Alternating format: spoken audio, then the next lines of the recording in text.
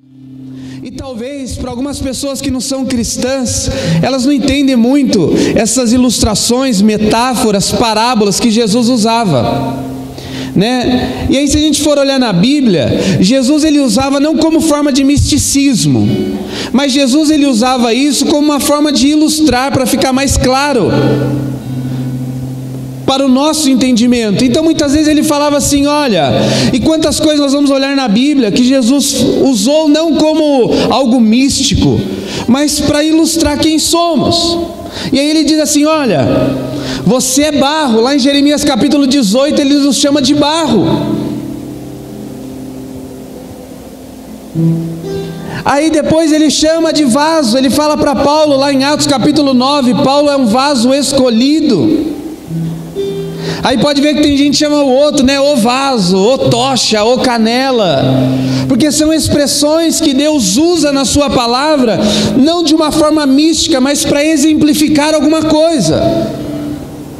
Quando ele falou que nós somos como barro, como um vaso de barro, ele quer dizer que nós somos moldáveis, ou precisamos ser moldados por ele. E ele usa outros exemplos. Ele fala: não se pode esconder uma candeia debaixo da cama. Ou seja, vocês são candeia, e a candeia ela é portadora da luz, e a luz ilumina a escuridão. Nós somos candeia, somos portadores de Cristo, e Cristo é a luz do mundo. Ele usa também a expressão que nós somos sal. Ele fala assim: vós sois sals da terra. Então, segundo Jesus, quantas coisas nós somos? Em Hebreus capítulo 1, ele fala que nós somos labaredas de fogo. Para Pedro, quando ele chamou Pedro, Pedro era o quê? Pedro era um pescador. Então ele fala na linguagem de Pedro, para que Pedro entenda. Ele fala assim para Pedro: olha, eu vou te fazer um pescador de homens. Talvez se ele fosse falar para Pedro assim: eu te farei um analista de sistemas, Pedro ia falar: o que você está falando, cara? Então ele pega o contexto da vida de Pedro, e ele usa aquele contexto para falar: eu vou te fazer como pescadores de homens. E aqui nesse texto de Isaías capítulo 49, Isaías ele fala assim que o Senhor nos tem como flecha. Diga assim: eu sou uma flecha. Aí você decide o que você quer ser. Você quer ser vaso, você quer ser barro, você quer ser pescador, você quer ser labareda, você quer ser tocha, você quer ser... o que você quiser ser, você pode ser. Mas eu acho que dentro de tudo isso, o que mais se adequa ao tempo que nós estamos vivendo é nós entendermos que somos flechas. E é a respeito disso que Deus tem ministrado no meu coração nesses dias. Deus tem falado ao meu coração: você é uma flecha. Por isso que quando eu fui no Aljava, eu me senti em casa, porque eu me senti no lugar apropriado para as flechas. Porque a aljava é aquela bolsa que o arqueiro coloca aqui e guarda as suas flechas. Ali é a aljava. A aljava é o lugar onde as flechas se reúnem. Então eu preciso ter um entendimento de quem eu sou para que eu consiga atingir o propósito com eficácia. Enquanto eu não entender quem eu sou em Deus, eu vou ficar errando o alvo. E errar o alvo é pecar. Eu só peco quando eu não entendo quem eu sou. Se eu entendo que sou flecha, e se eu não estou acertando o alvo, é porque ainda não tive o entendimento pleno do que é ser uma flecha. E pecar significa errar o alvo. Quando uma pessoa diz eu pequei, é porque ela errou o alvo, ela errou o propósito. E errar o alvo, errar o propósito nos afasta de Deus. Isaías capítulo 59 diz que certamente a mão do Senhor não está encolhida para que não possa nos salvar, e nem surdo os seus ouvidos para que não possa nos ouvir. Mas o nosso pecado nos separa de Deus. O nosso pecado cria um abismo entre nós e Deus. Ou seja, se eu erro o alvo, se eu não atinjo o propósito, eu me afasto de Deus. Então eu preciso buscar ter um entendimento pleno do que é ser uma flecha. Porque se Deus diz em Isaías capítulo 49, Ele diz aí: fez a minha boca como uma espada aguda, com a sombra da sua mão me cobriu, me pôs como uma flecha limpa, uma flecha polida, e me escondeu na sua aljava. É porque Deus tem um plano e Deus tem um propósito para a minha vida. E eu só desfruto de algo quando eu entendo. E quando eu entendo, eu preciso me mover a aprender a realizar. Então diga para o irmão que está do teu lado assim: você é uma flecha. Obrigado, Leila. Deus abençoe, viu? Tem café. Os irmãos ficam me perguntando, falou: pastor, eles põem café e você não toma. Eu tomo, irmãos. Nunca sobra café. Pode ser gelado, eu tomo do mesmo jeito. Café de ontem. A cafeína precisa entrar na veia, né? Obrigado. Mas quando eu tenho um entendimento pleno daquilo que eu sou, eu começo então a frutificar. Eu não frutifico porque talvez eu não entendo plenamente o que Deus tem para a minha vida. E acho que para este tempo que estamos vivendo, essa ilustração do ser uma flecha é a mais apropriada. Agora me pergunte assim: por quê? Só vou explicar para dois. Os dois que perguntaram por quê, vem aqui. Pergunta assim: por quê? Mais forte, diga: por quê? Sabe, às vezes nós não perguntamos, ficamos com medo de perguntar.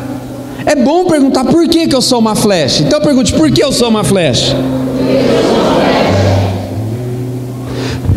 Primeiro, ou antes do primeiro vai vir daqui a pouco, mas para que você entenda o porquê ser uma flecha, é que nós vivemos num tempo de muitas distrações, nós vivemos num tempo de muitas coisas que nos tiram do propósito. E a flecha, quando ela entende o propósito, que ela é uma flecha, ela vai em direção ao alvo sem se atentar para as direções opostas ou para os ventos contrários. A Bíblia diz assim que Pedro, quando desceu do barco, quando ele viu Jesus andando sobre as águas, ele falou: Jesus, manda eu ir ter contigo e eu vou. Jesus falou o que para ele? Falou o que? Vem. E ele foi. Pedro deu um passo, deu outro passo. Pedro, quando deu outro passo, a Bíblia fala que ele atentou para o vento forte e afundou. Ou seja, uma flecha, quando eu entendo que eu sou uma flecha, as distrações da vida não vão me roubar do propósito. Meu irmão pode falar mal de mim, pode me xingar, pode me bater, pode me humilhar. Eu estou olhando para o foco, porque Hebreus capítulo 12 diz que eu tenho que olhar firmemente para o autor e consumador da minha fé, que é Jesus Cristo. Então uma flecha, quando ela é atirada, você não vê ela parando no meio do caminho dizendo assim: o alvo é aquele. Não, ela vai. Então a primeira coisa, a flecha, para ser usada, ela precisa ser trabalhada, moldada e alinhada. Se eu não for trabalhado, moldado e alinhado segundo os propósitos de Deus, não tem como eu ser usado como uma flecha. Porque um guerreiro, quando ele ia preparar as suas flechas para a batalha, ele pegava e ele lixava. Porque há muito tempo as flechas elas eram feitas de madeira. Então eles precisavam pegar uma madeira que estava quase reta, lixar até alinhar, moldar ela, para que então ela começasse a tomar forma de flecha. Quando nós chegamos até Jesus, nós precisamos nos abrir para que Deus nos molde, para que Deus nos alinhe segundo o teu propósito. E talvez ainda não sejamos flecha, mas tem muitos que ainda são um projeto de flecha. Estão sendo alinhados, estão sendo moldados. A segunda coisa, estudando sobre flechas, eu fui entender que toda flecha ela tem uma cabeça. Antigamente as flechas elas tinham uma ponta de madeira, de pedra, de osso, de ferro, de metal.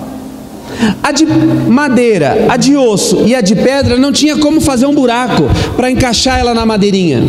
Então a flecha, ela era amarrada na haste.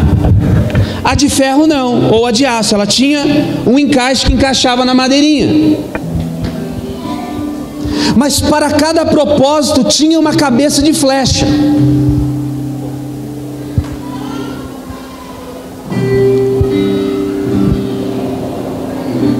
Abra sua Bíblia comigo no livro de Romanos, capítulo 12, no versículo 2. Romanos, no capítulo 12, no versículo 2. O guerreiro, quando ele ia para a batalha, ele buscava entendimento de quem eram seus inimigos. E de acordo com o entendimento de quem eram seus inimigos, ele preparava a cabeça das flechas de acordo com os inimigos que ele iria enfrentar. Se ele fosse para uma batalha contra o exército inimigo, era um tipo de flecha que ele levava. Se ele fosse somente caçar, era outro tipo de flecha que ele levava. Se ele fosse apenas capturar algum animal, era outro tipo de flecha que ele levava. Então, para cada estratégia, ele tinha uma cabeça para a flecha.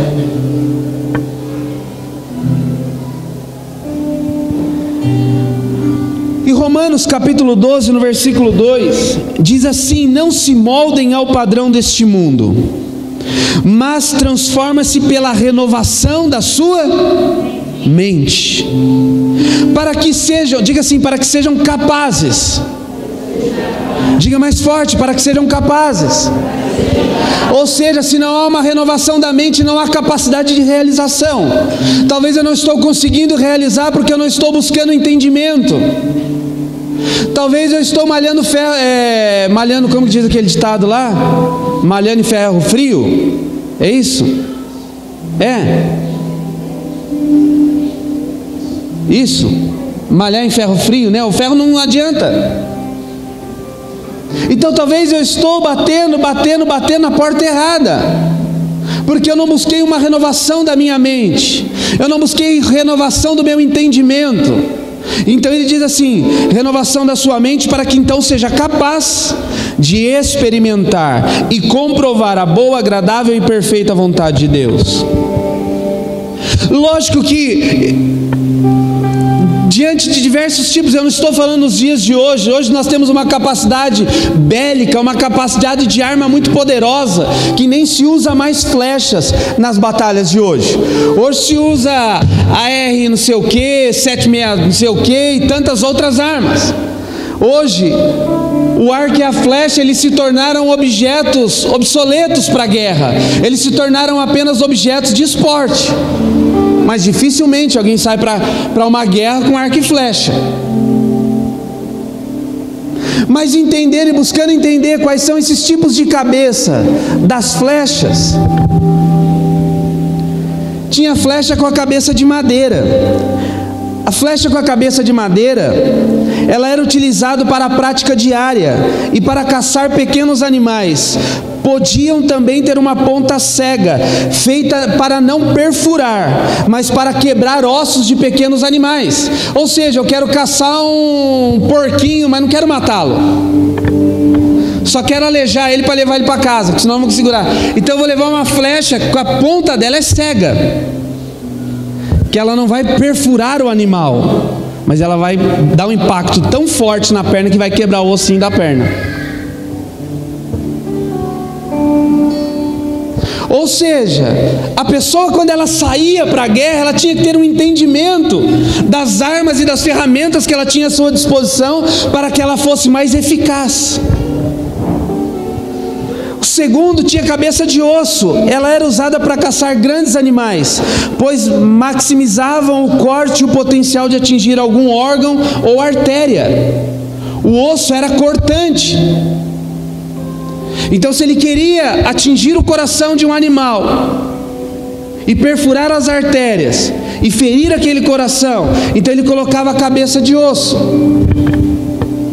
Aí um pouco mais depois tinha as cabeças já de aço e de ferro, que não eram diferentes das cabeças de osso. Porém, para elas serem usadas, elas precisavam ser polidas, alinhadas, porque o ferro e o aço era mais pesado.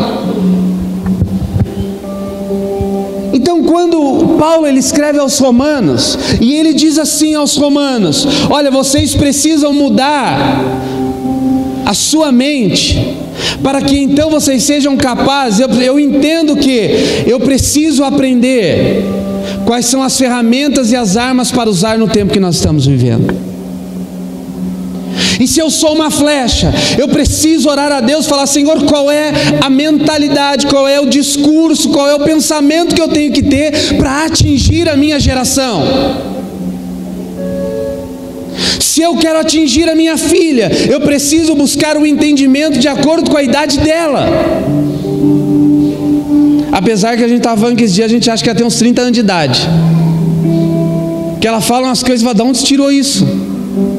Mas não adianta eu chegar para ela e falar: filha, senta aqui no colo do papai.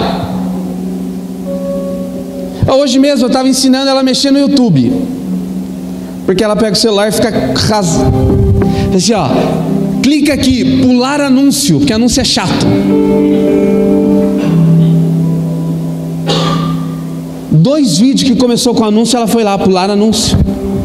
Mas eu peguei o dedinho dela e fui lá, ó, aperta aqui, ó. Não aprendeu ainda. Estamos caminhando para esse entendimento. Mas não adianta eu querer sentar com ela e explicar: olha, filha, esses aqui são anúncios e muitas pessoas ganham dinheiro com esses anúncios, é necessário tê-los no YouTube. Espera 5 segundos, que alguns passam naturalmente, passa depois de 5 segundos, outro você precisa clicar, pular no anúncio, e talvez outro vai ter que entrar no site do cara. Ela vai ficar assim: hã? Então eu preciso buscar o entendimento para que eu seja eficaz naquilo que eu faço. Então, e hoje as pontas de lança, elas não são mais de madeira, de osso, não são de pedra, elas são feitas de aço. E há diversos tipos de pontas diferentes, que eu não vou falar sobre isso nessa noite.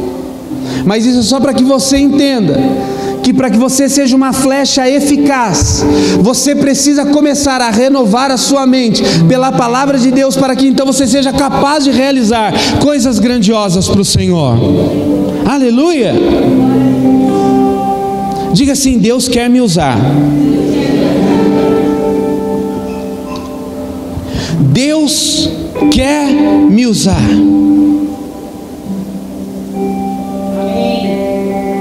Aleluia.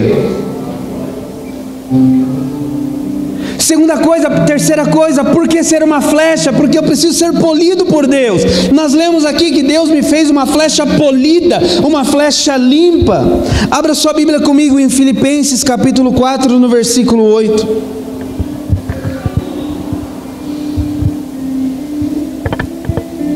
Depois de um tempo, a flecha já não era mais de madeira, já não era mais de osso, ela começou a ser usado muito flechas de ferro e flechas de aço. E aí, daí então a expressão flecha polida, porque o metal ele vem grosso, e ele precisa ser lixado, ele precisa ser polido, para que ele atinja maior eficácia, para que ele tenha uma aerodinâmica melhor, para que ele atinja o alvo com mais rapidez e com mais eficiência. E polido fala de retirar as impurezas da cabeça, mudar o jeito de pensar. Filipenses 4:8 diz assim: quanto ao mais, irmãos, tudo que é verdadeiro, tudo que é honesto, tudo que é justo, tudo que é puro, tudo que é amável, tudo que é de boa fama, se há alguma virtude nisso, e se há nisso algum louvor, o que ele diz aí? Nisto pensai, isto seja o que ocupe a vossa mente. Ou seja, irmão, se eu quero ser uma flecha usada pelo Senhor, eu preciso começar a pensar nas coisas que são do alto. Colossenses capítulo 3, versículo 1. Pensai nas coisas que são do alto, onde Cristo está assentado. Eu preciso começar a pensar nas coisas que são do reino, e entendendo qual é o propósito de Deus, entendendo qual é o plano de Deus, eu vou pensar e me alinhar segundo esse plano e esse propósito. A flecha, quando Isaías fala que nós somos flecha polida, uma flecha ela não foi criada nos tempos de Isaías, e quando Deus usou isso, flecha dificilmente era usada como objeto de enfeite. Hoje a flecha ela é mais como objeto esportivo e objeto de enfeite do que um objeto de guerra. Mas quando Isaías diz que nós somos flecha, as flechas elas eram objetos de guerra. E ele fala assim, então, olha, Deus te criou com um propósito. Deus não te criou para ficar de enfeite na igreja. Deus não te criou para ir aos domingos no culto e viver uma vida sem propósito. Deus te criou com um propósito, que é atingir o alvo. Aleluia! Porque você é uma flecha na mão do Senhor. Depois de pronta, essa flecha ela vai para a aljava. Então vamos lá entender todo o processo de novo. Quando o rapaz ele ia sair para a guerra, o guerreiro ele ia sair para a guerra, ele começava a preparar as suas flechas para a guerra. Ele alinhava a haste da flecha, ele lixava, ele polia. E aí, de acordo com a estratégia militar, ele escolhia a cabeça da flecha que ia naquela haste. E se fosse de ferro ou de aço, ele precisava poli-la, tirar toda a impureza, porque flecha impura não atinge alvo. Se a flecha não for polida, ela vai ter uma aerodinâmica ineficaz. Então ela precisava ser polida, ser limpa. E depois que ela estava pronta para uso, ele colocava na sua aljava. E ele contava quantas flechas ele ia guardando nesta aljava, porque na hora da batalha, eram estas flechas que ele usaria para vencer a batalha.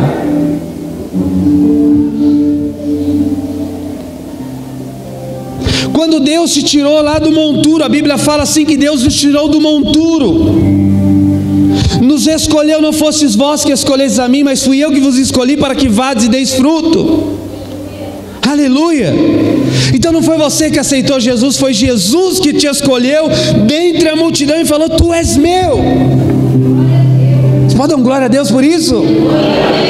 Não, porque era para você ir para o inferno, mas pela graça tu és salvo, meu irmão. Quando eu sofri acidente de moto em 99, eu ia na igreja de vez em nunca, ou de vez de motorista. Eu ia de motorista na igreja em 99. Minha esposa ia para a igreja e eu ia buscá-la no culto. Então sempre cheguei depois do louvor, porque eu achava que o louvor não era importante. Aí já que ia chegar depois do louvor, chegar também depois diz minha oferta, né? Não sou bobo nem nada. Já nem vou na igreja, ainda tenho que dar dinheiro, então chegar depois diz minha oferta. E aí eu sentava no último banco. Mas no meu entendimento eu estava me tornando um crente, porque eu estava na igreja. Quando eu sofri um acidente de moto, eu lembro que eu estava cantando louvor na moto lá, recebi o novo coração do Pai. Eu lembro que eu estava cantando até esse louvor no dia. Só que um pouco antes de subir na moto, eu tinha acabado de fumar. Joguei o cigarro fora, pus o capacete, vamos embora, recebi um novo coração do Pai. Eu imagino o anjo falando, que coração infeliz! Oh, abençoado do inferno. Abençoado do inferno não existe, né? Se é abençoado não é do inferno, né? Ô filho do capeta, pronto. Eu estava mais para isso. Abençoado do inferno é ruim. Mas eu imagino o anjo falando assim, ô infeliz, você acha que você está salvo? E aí, na minha falta de entendimento, presta atenção nisso, na minha falta de entendimento, eu profetizava: o anjo do Senhor se acampa ao redor daqueles que o temem e os livra. Recebi um novo coração do Pai, 120 por hora, coração regenerado e soltando fumaça até pelas orelhas, coração transformado. A Bíblia diz que os anjos do Senhor se acampam ao redor daqueles que o temem. Quem fuma teme a Deus? Quem fala palavrão teme a Deus? Quem toma da 1 a 51 teme a Deus? Então não tem anjo acampado ao redor, porque os anjos do Senhor se acampam ao redor daqueles que o temem. Se não há temor, não há anjo. Irmão, se liga nisso. Tem muita gente pulando do prédio dizendo: os anjos do Senhor se acampam ao redor daqueles que o temem. Lá embaixo vai fazer... Se não há temor, não há anjo. Então eu estava lá na motinha, um cara freia na rodovia em Tibiriçá, e eu a 120 por hora, pum, bati na traseira, a 120 por hora. Meu capacete abriu, rachou no meio, tive fratura exposta na mão, quebrei a clavícula, fiquei com as pernas roxas por uns meses. Não pude mais trabalhar, modo dizer, né? Naqueles meses. Fiquei 2 meses praticamente deitado na cama, porque eu não conseguia me locomover por causa da clavícula quebrada. A mão cheia de pontos, né? Meu pai me levava todo dia no SUS lá para refazer os pontos. E já era casado, 3 meses de casado. 3, 4 meses de casado. Aí eu me achava no direito de dizer assim: Deus, o Senhor não me guardou, porque o Senhor permitiu que eu batesse a moto. Os anjos do Senhor não estavam acampados ao meu redor. Eu imagino que se eu pudesse ouvir Deus, eu ia falar assim: naquela tragada o anjo caiu fora, filho. A hora que você vê isso, o anjo, ó, tchau, tô aí não, vai sozinho embora. Então eu não tinha um entendimento, a minha mente ainda não tinha sido renovada de quem era Deus. E naquele dia, se eu tivesse morrido, eu teria ido para o inferno. Porque estar dentro da igreja não me faz um cristão, ler a Bíblia não me faz um cristão, dizer que sou crente não me faz um cristão, vestir uma camisa de crente não me faz um cristão, se eu não tenho a mente renovada. E eu preciso entender que eu sou um cristão e viver de acordo com isso. A gente sempre fala aqui que só desfruta quem entende, mas entender fala de intelecto. Eu entendi, bom, entendi, beleza. Agora que você entendeu, então comece a fazer para que você aprenda como é. Eu estava falando isso aqui na quinta-feira. Quantas vezes você já ensinou alguma coisa para alguém? Você senta com alguém e fala assim: vem cá, vou te ensinar um negócio. Ó, aqui, ó, mexendo no computador. Abrir o Word, vamos abrir o Word aqui. É assim, ó, você abre assim, clica aqui, salvar como, entendeu? Entendi, faz. Não sei. Mas se você não entendeu, entendi. Então faz, mas não sei fazer. Porque entender não é saber fazer. Por isso que a Bíblia diz assim que o nosso pensamento, ele tem que ser cheio da glória de Deus. E quando ele é manifesto a glória de Deus no meu pensamento, eu começo então a fazer as coisas segundo o Espírito Santo de Deus me conduz. Aí eu não tenho mais vontade própria. Quando eu entendo isso, eu perco todas as minhas vontades. E aí eu posso dizer que diminua eu. E não é nem que cresça. As pessoas têm um entendimento errado quando quando João Batista disse assim: que eu diminua e ele cresça. Lembra quando João Batista disse isso lá em João capítulo 3? Ele fala assim: eis aí o Cordeiro de Deus, tira o pecado do mundo, que ele cresça e eu diminua. Não no sentido de diminuir, porque a intenção de Jesus não é diminuir ninguém.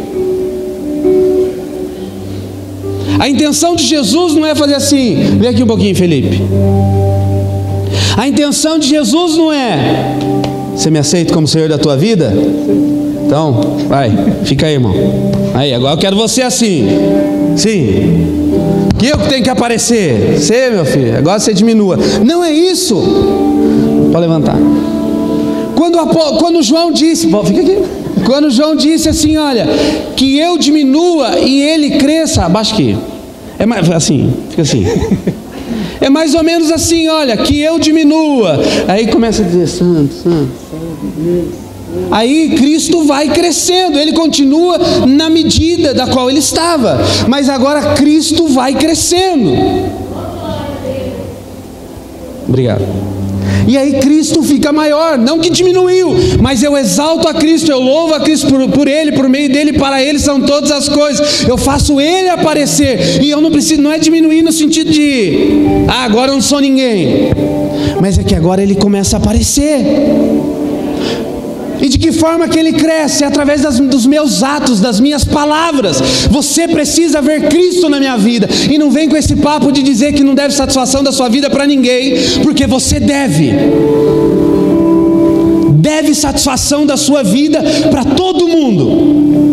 Eu devo satisfação da minha vida para todo mundo, porque a partir do momento que eu entreguei a minha vida a Cristo, eu sou reconhecido como cristão, e como cristão eu não carrego mais o meu nome, eu carrego o nome de Cristo, e carregando o nome dele, eu preciso honrá-lo, exaltá-lo, glorificá-lo, bendizê-lo, e dizer, olha, não olhe para mim, olhe para aquele, mas é através da minha vida. Eu sou os óculos que o mundo usa para enxergar a Cristo. Porque tem gente que fala assim, eu coloco no Face o que eu quero, eu falo o que eu quero, eu ando do jeito que eu quero, não devo satisfação da minha vida para ninguém, ninguém paga minhas contas. Aí Jesus fala assim, pobre miserável. Irmão, deixa eu te dizer uma coisa, depois que a flecha está limpa, polida, alinhada, moldada, ela entra onde? Da onde? Na aljava. Depois que ela entrou na aljava, não tem como ela dizer assim, aí o guerreiro vai pegar a flecha aqui, aí está vindo lá um gigante, a aljava vai fazer assim, vem, não, Senhor, eu quero matar um leão. Não, mas eu vou te usar para matar um guerreiro. Estou fora, não vou sair dessa aljava não. Depois que entrou na aljava, não tem mais vontade própria.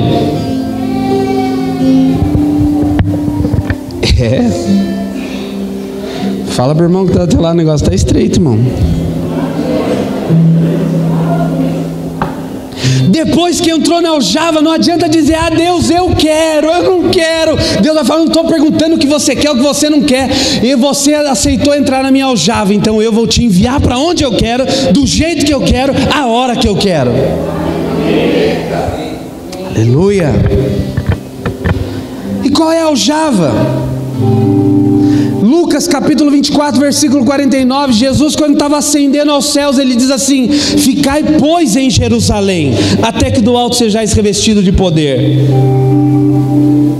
Atos capítulo 1, no versículo 8, diz assim, mas recebereis poder ao descer sobre vós o Espírito Santo, para que você seja minhas testemunhas em Jerusalém, Judeia, Samaria e confins da terra. Então a aljava é o lugar que nós nascemos, a aljava é o lugar que nós ficamos até que do alto sejamos revestidos de poder, e até que o Senhor, o arqueiro, ele puxe a flecha da aljava. Ficai pois em Jerusalém até que... Qual é a aljava? Diga aí para o irmão que está do seu lado, aqui é a nossa aljava. Você vai ficar na igreja até que o Senhor te envie para um propósito.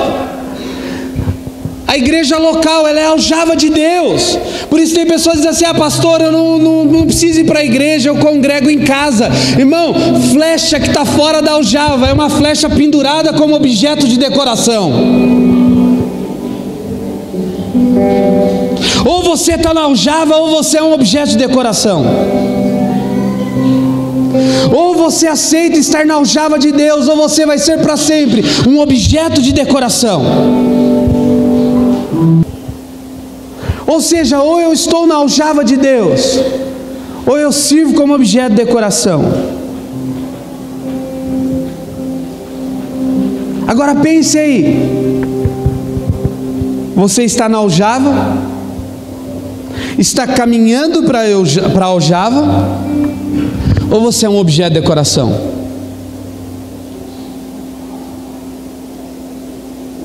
Porque a flecha só tem valor nas mãos do arqueiro.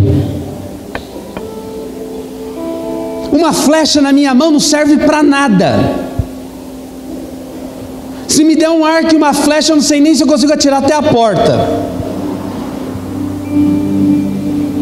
Primeiro, porque para puxar um arco, não sei quem já pegou um arco de verdade, é duro o negócio. Não é uma linha de anzol que puxa com um bambuzinho e... Um arco de verdade tem que ter força. E o arqueiro é Deus. Nós somos flechas polidas na aljava de Deus, à disposição do arqueiro todo-poderoso que é Deus. Aleluia. Então uma flecha na minha mão, tem gente que chega assim e fala assim: ah, pastor, o que você vai me usar? Eu falo: irmão, não vou te usar para nada. O que eu posso te usar é para lá em casa, me ajudar a limpar a casa. Isso eu posso te usar. Porque a partir do momento que você chegou na aljava de Deus, quem te usa é Deus, não é o pastor. Se você quer me ter como pastor, não quer me ter como pastor, o problema é seu. Talvez você está na aljava errada, porque as aljavas aqui, elas estão trabalhando, sendo alinhadas, sendo moldadas para atingir um propósito, mas um propósito eterno, que é nas mãos do arqueiro eterno. Aí a gente fala assim: ah, pastor, vem aí, por que você quer me usar? Fala: irmão, faz o que você quiser. Estava falando isso aqui na reunião de obreiros sexta-feira. Nós precisamos entender quem somos, porque enquanto não entendermos quem somos, dificilmente aprenderemos a realizar a obra do Senhor com eficácia. Quando eu estava louvando a Deus ali e cantar esse louvor, vi um impacto muito forte no meu coração, porque eu tenho dito a Deus: Deus, eu acho que eu não te conheço.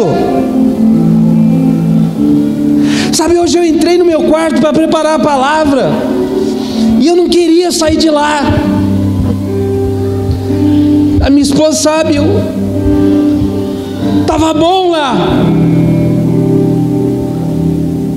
E até ela falou assim: e aí, já 2 horas, já 3 horas preparando. Eu falei: me deixa só mais um pouco. Ela falou: eu vou com a Rebeca pro parquinho. Eu falei: vai. Aí ela voltou do parquinho, eu estava lá no quarto ainda.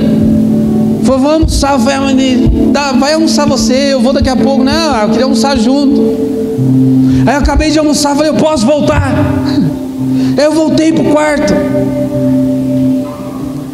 porque estava tão bom, e eu comecei a dizer para Deus: Deus, eu acho que eu não tenho sido uma flecha tão eficaz. Olha, eu tenho até me disposto na aljava, mas às vezes o Senhor quer me atirar para algum lugar que eu falo: ai Deus, para lá não, dessa forma não. E aí Deus fala: pô, eu sou o arqueiro ou não sou?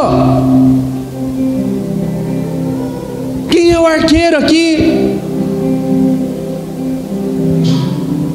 E às vezes Deus vai me puxar e eu agarro na aljava e falo: não, Deus, não. Porque ainda o eu quero, eu sou, eu posso, eu gosto, está fluindo de mim. Sabe, semana passada aqui o pastor Michael, né, pregou aqui, o nigeriano.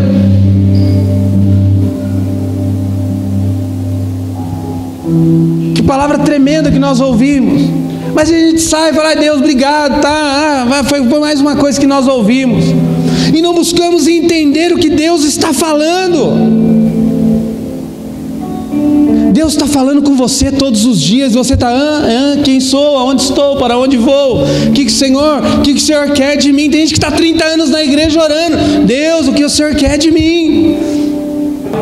Então, irmão, o que eu quero dizer com isso? Que quando você se coloca à disposição de Deus para cumprir um propósito, Deus faz as coisas por você. Você não precisa suar, você não precisa transpirar, você precisa apenas inspirar. Porque transpirar fala de esforço humano, e inspirar fala de influenciar pessoas.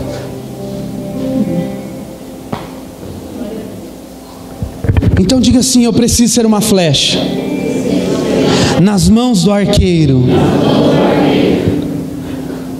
E como alvo, como flechas na mão do valente, na mão do Deus Todo-Poderoso, nós temos um alvo a ser atingido. Qual é o alvo? Não sei. O seu alvo. O meu, eu tenho buscado entender e aprender em Deus. Tenho a cada dia dito para Deus: Senhor, me mostra o teu propósito. Propósito significa ideia central permanente. O propósito é aquilo para o que eu nasci. É o que rege a minha vida. Este é o meu propósito de vida e o meu propósito no reino. E depois que eu sofri esse acidente de moto, eu nunca mais trabalhei secularmente. Tem gente que fala assim: pastor, eu estava falando com a irmã esses dias, né? Tem gente que fala assim: não estudou, virou pastor, né? O cara não estuda, não quer trabalhar, vai ser pastor, né? Pastor não trabalha, é só pastor. Mas desde o dia que eu sofri um acidente de moto, eu disse: Deus, eu não vou trabalhar mais para homens, eu vou trabalhar só para o Senhor. E não acho que foi fácil, não. Não acho que foi, tudo flores, agora a igreja vai me dar um dinheiro e eu vou ter o que viver. Primeira coisa, eu morava de aluguel na casa do meu avô. Como que eu vou dizer para o meu avô que eu não tenho dinheiro para pagar aluguel, porque agora eu sou um vagabundo? Porque isso que as pessoas diziam: vai trabalhar mais, agora virou vagabundo então. Eu disse: Deus, a minha vida é para te servir.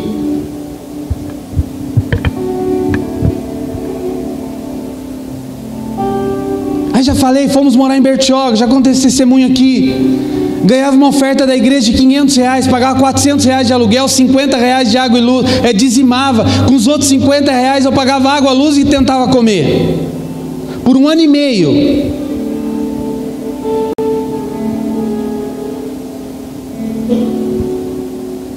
Então às vezes as pessoas elas ficam colocando um monte de empecilhos para servir ao Senhor. Deus não está te pedindo para largar emprego, Deus não está te pedindo para dar tudo que você tem, Deus está te pedindo apenas para que você tenha um coração disposto. Meu, olha só o que eu te pedi, faz, não precisa fazer muito não.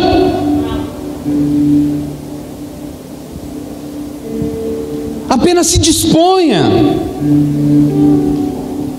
Abra sua Bíblia comigo para nós encerrarmos aí Isaías 40:31. Canta aquele louvor do Yeshua. Isaías 40:31.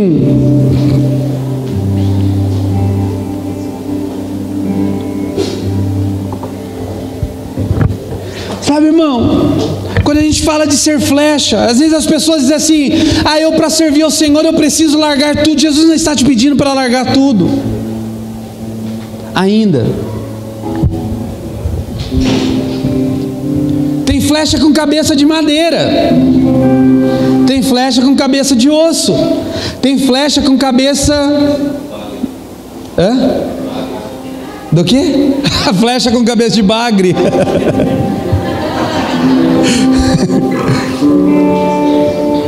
E tem flecha com cabeça. Mas Deus, o que o Senhor quer atingir com a minha vida? De repente Deus fala assim: olha, eu só vou te usar para ferir ninguém. Depois nós vamos ouvir aqui, a partir de agora você vai ouvir muito sobre flecha. E Deus me deu uma direção que eu não vou contar ainda. Mas irmão, é tremendo, é tremendo. Pode te agarrar aí que você vai ser abençoado com isso também. Mas você vai ouvir muito a respeito disso. Mas eu preciso entender qual é a minha meta. Talvez Deus não vai te usar para ferir ninguém, porque depois você vai ver na Bíblia que Deus usou algumas flechas para ferir exército. Então tem flechas que é para ferir. Davi foi uma flecha para ferir Golias, para ferir o gigante. Jesus foi uma flecha para ferir o sistema religioso. Às vezes você vai ser uma flecha para quebrar o sistema religioso dentro da sua casa. Talvez Deus não vai te usar para ir para outra nação, de repente Deus não vai te usar para ir para outra cidade, mas de repente Deus vai te usar como uma flecha de curto alcance para atingir a sua família. De repente Deus vai te usar para ser uma flecha que atinge a cidade. De repente Deus vai te usar uma flecha para que atinja o estado. De repente Deus vai te usar como uma flecha de longo alcance que atinge nações. Mas você tem que estar na aljava. E pode deixar, porque a cabeça da flecha quem escolhe não é você, é Deus. Então diga para a pessoa que está do seu lado assim: não adianta você rejeitar. Não adianta você ficar assim, ó, eu não quero, eu não quero, eu não quero, eu não quero. Ah, irmão, para de medir força com Deus, porque quando é plano e propósito de Deus, Ele enfia a cabeça da haste e fala: vai. Quantas coisas você falou assim, eu não gosto disso, e hoje você gosta? Quantas vezes você já disse assim, tal coisa eu não vou fazer, e fez? Quantas coisas, meu Deus? Uma vez chegaram para mim e falaram assim: pastor, pode pintar a parede do altar de preto? Eu falei: nem por cima do meu cadáver.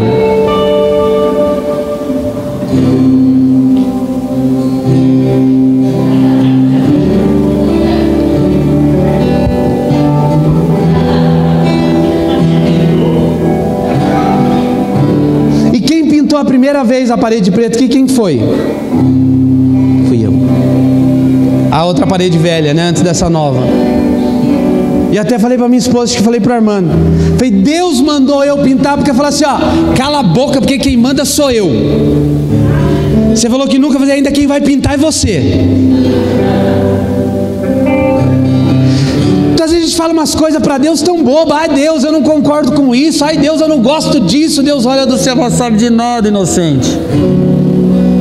Mal sabe você que amanhã você vai estar lá. Uma vez eu disse assim, ó, eu nunca, a palavra nunca é muito forte, mas eu disse: nunca vou sair de Bertioga.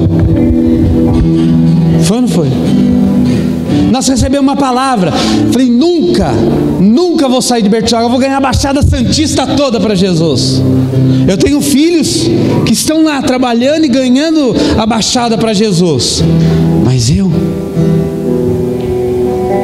estou cumprindo o propósito de Deus. Isaías 40:31 diz assim: mas os que esperam no Senhor renovarão as suas forças, subirão com asas como águias, correrão e não se cansarão, caminharão e não se fadigarão. Se coloque em pé. Diga: